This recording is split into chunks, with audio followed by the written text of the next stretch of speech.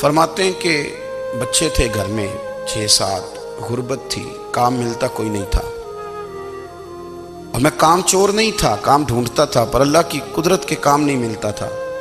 فرماتے ہیں کہ میں نے ایک دن اپنی اہلیہ سے کہا کہ آج میں پھر جاتا ہوں کام ڈھونڈنے، تو میری بیوی بڑی فرما بردار تھی، پر اس دن غربت کے ہاتھوں تنگ آ کے کہنے لگی آج نانا کوئی تو چیز لے کے آیا، تو مجھ سے بچوں کی بھوک نہیں دیکھی جاتی، سب روگاں دا روگ محمد جس دا نام غریبی، کنڈ بلا کے لنگ جاندے نہیں دوست یار قریبی، آج نہ کچھ لے کے آیا تو میں بچے لے کے میکے چلی جاؤں گی۔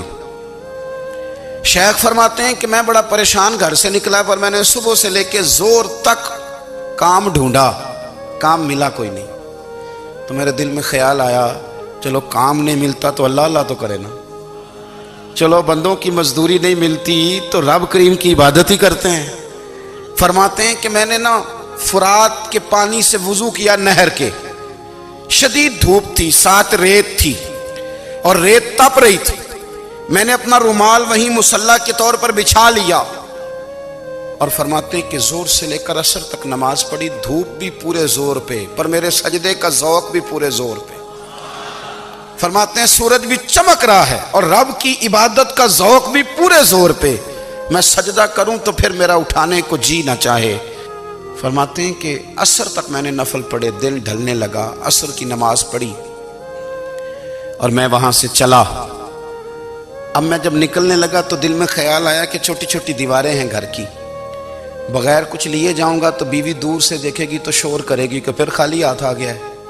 کہتے میں نے اپنے اسی رومال میں جس پہ میں نے نماز پڑھی تھی نا، رومال میں کی آخی دے پنجابی جو صافہ کہتے ہیں، اسی میں نا میں نے کچھ ریت بھر لی کہ وہ دور سے دیکھے گی تو سمجھے گی کچھ لے کے آیا ہے، چلو جا کے اسے بتا دوں گا کہ آج پھر مزدوری نہیں ملی۔ کہتے ہیں وہ ریت لے کر جب میں گھر میں گیا تو پہلے بیوی دروازے پہ کھڑی ہوتی تھی، پوچھتی تھی خالی ہاتھ آ گئے ہو؟ آج میں نے دیکھا تو ہے ہی کوئی نہیں۔ فرماتے ہیں میں اندر داخل ہوا، سلام لیے، کونے میں میں نے وہ رومال رکھ دیا اور میں نے آواز دی کہ بھلی مانس کہاں ہو؟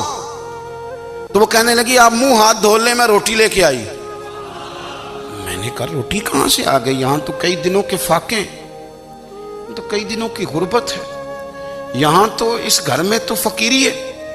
فرماتے ہیں کہ وہ روٹی لے کے آئی اور اس وقت کی جو موجودہ نعمتیں تھیں، سمجھ لیں سلاد، اچار، ہر چیز ساتھ لائی۔ میں نے کہا کہ بچے کہاں گئے؟ کہنے لگی وہ کھانا کھا کے کھیلنے گئے، آپ کھانا کھا لیں آ جاتے۔ کھانا اس نے چن دیا۔ میں نے حیرت انگیز لہجے میں ساری نعمتیں اپنے دسترخوان پہ دیکھ کر کے بیوی سے پوچھا یہ کہاں سے آیا کھانا؟ بچوں کو تو نے کہاں سے کھانا کھلایا؟ یہ سارا کچھ کیسا ہے؟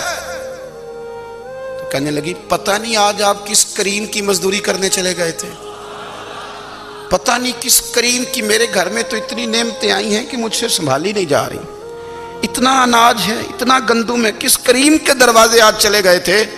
یہ کہتے کہتے وہ اٹھی اور اٹھ کر کے کہنے لگی پہلے ہی بڑا کچھ آیا تھا، اب کیا لے آئے ہو؟ اور جا کر کے نا اس نے وہ ریت والا رومال کھولا، کہنے لگے میں تو لے کے آیا تھا ریت، تو میرے رب نے اسے بھی سونے اور ہیرے بنا دیا تھا۔